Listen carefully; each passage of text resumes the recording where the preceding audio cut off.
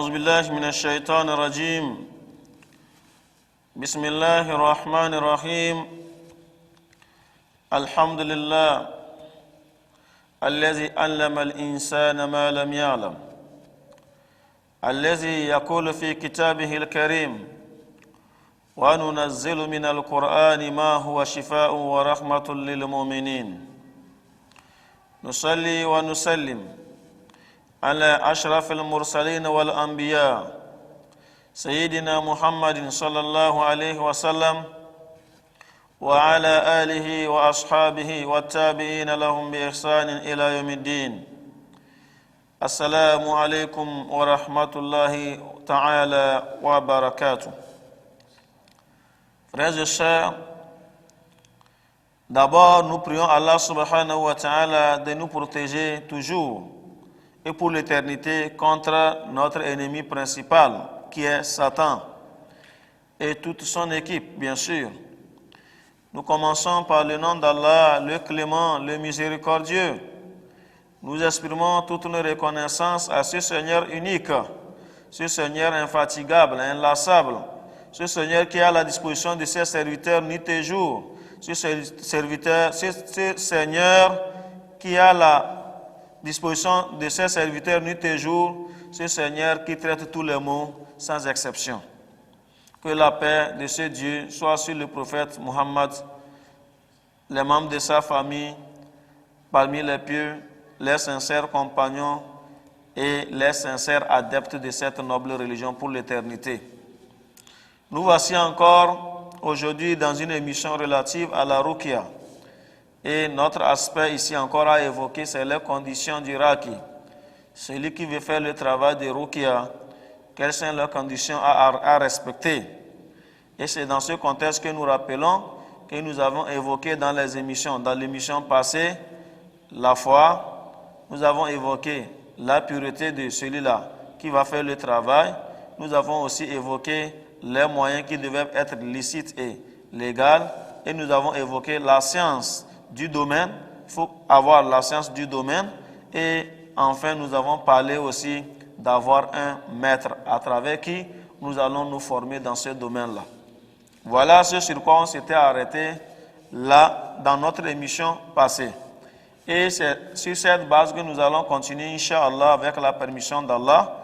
Aujourd'hui, dans cette émission, donc, comme condition de Ruqya et Raqi, deuxième partie. Mon frère, ma soeur, la Ruqya c'est un art. La Ruqya c'est un art. Bon, c'est comme aujourd'hui, d'aucuns pensent que être musulman, c'est quelque chose qui se fait comme ça dans le vide. Non, non. Tout s'apprend et tout s'applique dans les normes de l'apprentissage. Si alors toi tu n'as pas de maître, comment tu pourras maîtriser ou reconnaître les principes qui concernent ton travail?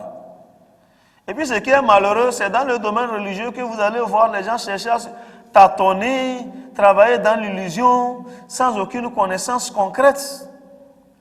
Bon, ça on ne va plus appeler ça ignorance. C'est l'arrogance, c'est l'orgueil.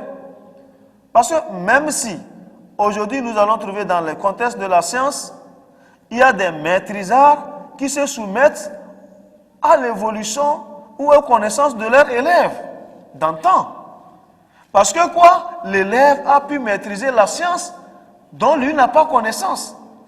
Si l'élève détient les clés concrètes de sa science, pourquoi le maître ne doit-il pas se soumettre à lui? C'est pourquoi je vais répéter ceci. Il ne suffit pas d'être un élève coranique pour faire la Ruqya. Il ne suffit pas d'être un alpha pour faire la Ruqya. Il ne suffit pas de pouvoir parler l'arabe pour faire la Ruqya. Ou bien il ne suffit pas de pouvoir lire l'arabe pour être un praticien de la Ruqya. C'est un art. C'est un art parce que je reviens encore évoquer cette question de moyens. Par quels moyens on fait ce travail? Le Raqi, celui qui veut rendre cela comme une profession ou bien une mission sociale pour aider ses confrères, pour aider la population, wallah, il lui faut un maître. Il lui faut un maître.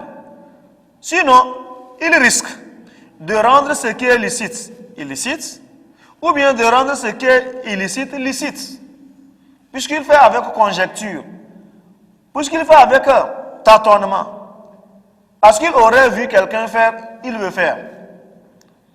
Et en ça, il n'y aura que plein d'échecs. Alors mon frère ou ma soeur, toi qui veux faire le travail de Ruqya, en tout cas nous souhaitons que tout musulman puisse être praticien, parce que du moins pour soi-même et sa famille. Mais lorsque vous voulez dépasser encore les limites ou bien les frontières de votre cadre de vie conjugale, nous vous supplions, soyez humbles devant Dieu et approchez ceux-là qui sont praticiens et qui ont la spécialité du travail. Ça, c'est une condition, nous allons maintenant la classer et revenir sur un autre aspect. L'autre aspect des conditions, c'est la maîtrise profonde du monde des djinns. Parce que il y a plein de soi-disant praticiens de Ruqya qui sont des devins. Il y a plein de ceux qui se disent praticiens de la Ruqya qui font du charlatanisme. Il y a plein de ceux qui se font des praticiens de Ruqya qui sont dans le domaine du shirk sans le savoir, parce qu'ils ne connaissent pas ce que c'est que le djinn. Imaginez qu'un rat qui prétend connaître le passé. Mais, alors qu'Allah dit que ce qui est caché, c'est en lui qu'appartient cette connaissance. C'est logique que l'on croit que, en sachant lire le Coran, on peut faire la ruqya. Quand il se présente devant une situation, il est obligé de mentir afin qu'il ne soit pas discrédité devant le patient ou bien la clientèle qu'il a. Alors, dans ce contexte, mon frère ou ma soeur en Dieu, j'insiste là-dessus et je le répète, on ne peut pas faire la ruqya aussi sans maîtriser le monde des djinns. C'est un grand secret. C'est un grand secret. Si je dis qu'il faut maîtriser le monde des djinns, comprenez cela bien. Je n'ai pas dit que tu as une chambre où tu caches les djinns, que tu envoies pour des missions. Tu n'es pas André Suleiman. Assalam. Dans nos émissions passées, nous avons évoqué l'aspect, ce que l'on a voulu accuser André Suleiman d'être. Suleiman n'était pas un devin, il n'est pas un charlatan. Il a eu les grâces immenses de Dieu. Alors quand on te dit de maîtriser le monde des djinns, par quel moyen tu vas les maîtriser? Va à la recherche de cette connaissance à travers l'enseignement du prophète Mohammed.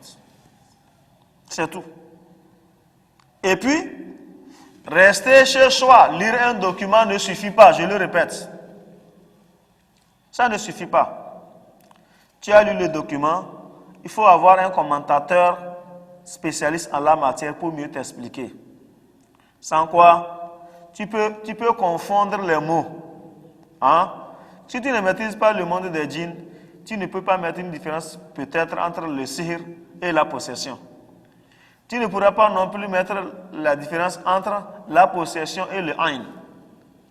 Tous ces aspects-là, il te faut maîtriser. Voilà une autre condition du raqi, celui-là qui cherche à se donner la mission de sauver les autres. Maintenant, je reviens sur une autre condition. C'est l'intention. L'intention du raqi, celui qui veut faire la ruqya, est de double phase. Hein? C'est une intention globale que nous allons dire khalisan lillah. Il le fait à cause d'Allah. Il le fait à cause d'Allah. Mais sur deux plans. Sur deux plans. Il faut avoir l'intention de traiter, d'enlever le mal au patient. Il faut aussi avoir l'intention d'amener l'autre à Dieu. Voilà les deux phases de l'intention par rapport à celui qui fait le traitement de la ruqya. C'est important ce que je dis. Parce qu'il faut que celui que tu traites, tu l'amènes à savoir qu'il a un seul Dieu. Et deuxièmement, il faut l'aider à faire quitter son mal. Globalement, tu le fais pour la cause d'Allah. Inch'Allah, dans notre deuxième partie, nous allons revenir sur cette question de l'intention. Qu'Allah nous agrée. Wassalamu alaikum wa rahmatullahi wa barakatuh.